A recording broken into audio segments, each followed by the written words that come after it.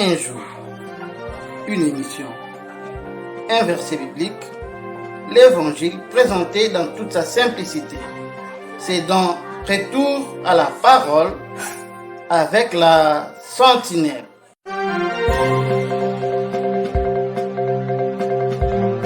Télé-sentinelle. Shalom. Pendant que la guerre d'agression fait rage dans mon pays, la République démocratique du Congo, ne négligeons pas l'aspect spirituel de la vie.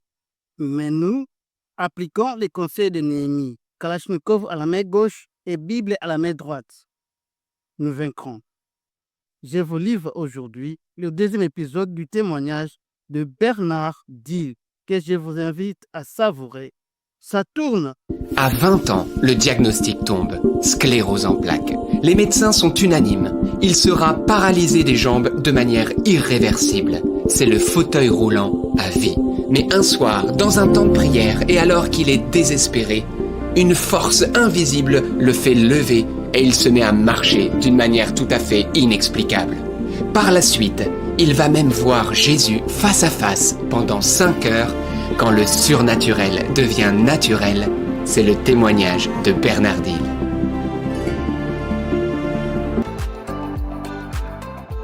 Je m'appelle Bernard Dill, je suis marié, papa de 6 enfants, 3 garçons et 3 filles. Je suis diacre permanent dans le diocèse de Nice, incardiné dans le diocèse de Nice.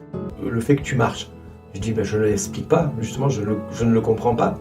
Et le médecin il me dit, alors c'est comme si on t'avait dit lève-toi et marche. Je dis c'est exactement ça.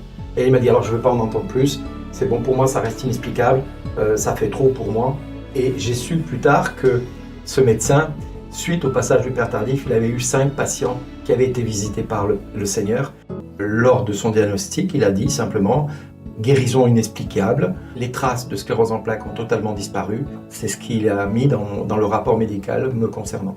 Ils ont commencé à chanter un chant, vous savez, les chants du carnet Élie vivant, et puis un deuxième chant, et puis le Bernard que vous voyez, là, il est tombé par terre.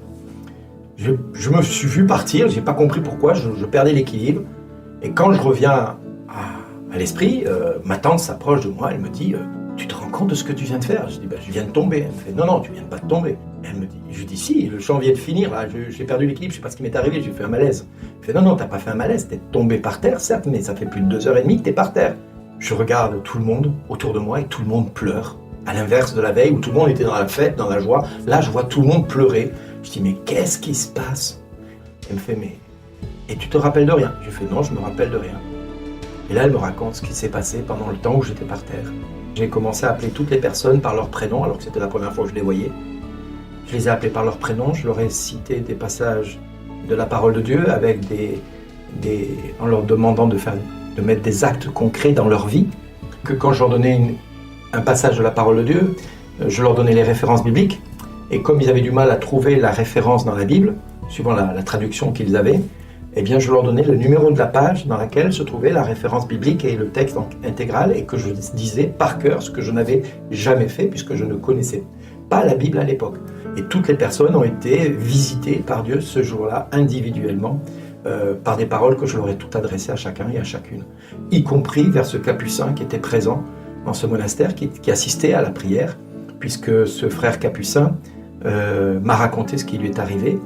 Il est décédé maintenant puisqu'il avait un cancer à l'époque et au seuil de sa vie, il se posait la question de savoir s'il avait fait le bon choix, s'il avait vraiment fait le choix que Dieu lui avait demandé.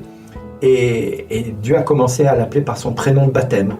Et comme ils se regardaient tous, apparemment, à un moment donné, le Seigneur, à travers moi, lui a dit quand tu es rentré chez les Capucins, on t'a donné ce prénom. Et oui, tu as été fidèle en tout ce que tu as fait. Et oui, je t'attends, je prépare une demeure pour toi, à mes côtés.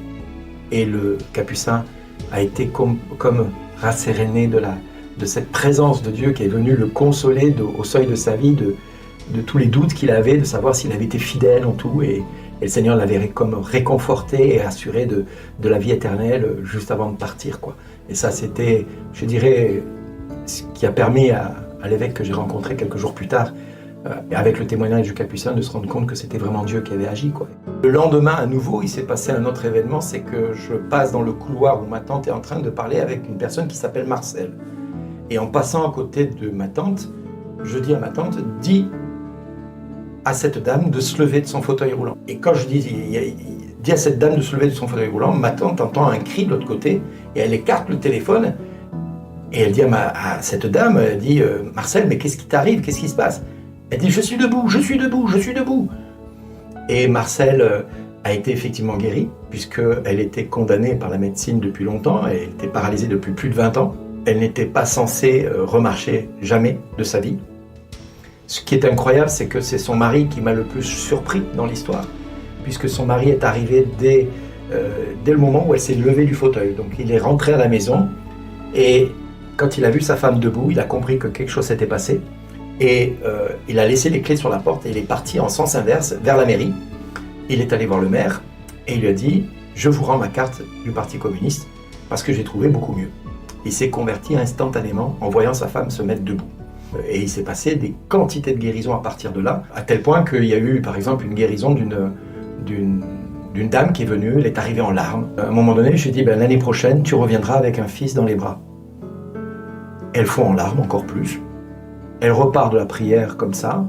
Et puis ensuite, cette dame qui est revenue presque 5 semaines plus tard, nous voir à la maison, la première image qu'elle nous montre, le corps d'une femme, mais avec une zone une ombre, mais avec une espèce de fil lumineux tout autour de ce ventre à l'intérieur. Et elle dit, vous voyez, là c'est l'emplacement normalement où se trouve mon utérus, et le fil que vous voyez, c'est une espèce de fil d'or, de feuille d'or que le cancérologue a mis pour éviter que le cancer que j'ai eu, lorsqu'il m'a fait l'ablation de l'utérus, se propage dans le reste du corps. Sauf que dans la deuxième pochette, elle nous montre d'autres radios qu'elle venait de faire le matin même, à Toulouse. Et là, il n'y avait plus ce fil d'or qui était tout autour, et il y avait une espèce de petit haricot. Et je lui dis, mais c'est quoi? Et elle me dit, ça, apparemment, je suis enceinte depuis 15 jours. Et ma tante, qui était infirmière à la retraite, elle a tout de suite compris ce qui se passait. Peu importe la puissance de la parole de Jésus-Christ, elle s'accomplit toujours. Même si c'est dur à entendre, la parole de Jésus est la vérité et elle s'accomplit toujours. C'est ce que nous sommes en train de vivre aujourd'hui. Scrutons la parole de Dieu pour en savoir plus. Retour à la parole.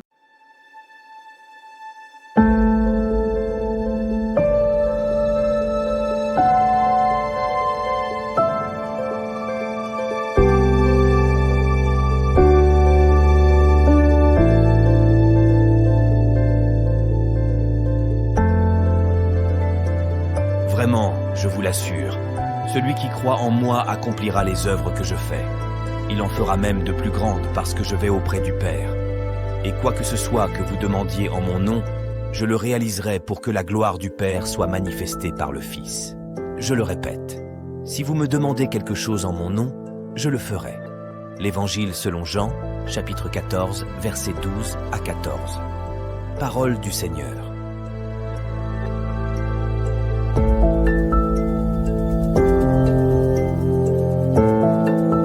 Chers frères et sœurs, Jésus a déclaré que nous pouvons même faire plus que lui. Ça paraît absurde. Pourtant, cela est vrai. Pourquoi? Parce que c'est lui qui le fait en nous. Voilà pourquoi il est possible de faire plus que ce que Jésus a fait. C'est lui-même qui l'a dit. Et nous venons de le lire dans sa parole. C'est ce qui se passe dans la vie de Bernard Dill. Ça peut aussi arriver dans ta vie, car c'est une vérité authentique de la parole de Jésus-Christ. Nous venons là de suivre le deuxième épisode du témoignage de Bernard Dill. Guéri pour guérir. Un miracle qui en a produit des dizaines. Suivez ce témoignage jusqu'à la fin et vous comprendrez de quoi je parle. Pour l'instant, la sentinelle s'arrête ici. Si le retour de notre Seigneur tarde à venir, nous allons vous livrer le troisième épisode dans 48 heures. Mais pour l'instant, portez-vous bien. Quel bonheur! La paix et la grâce du Seigneur vous localisent.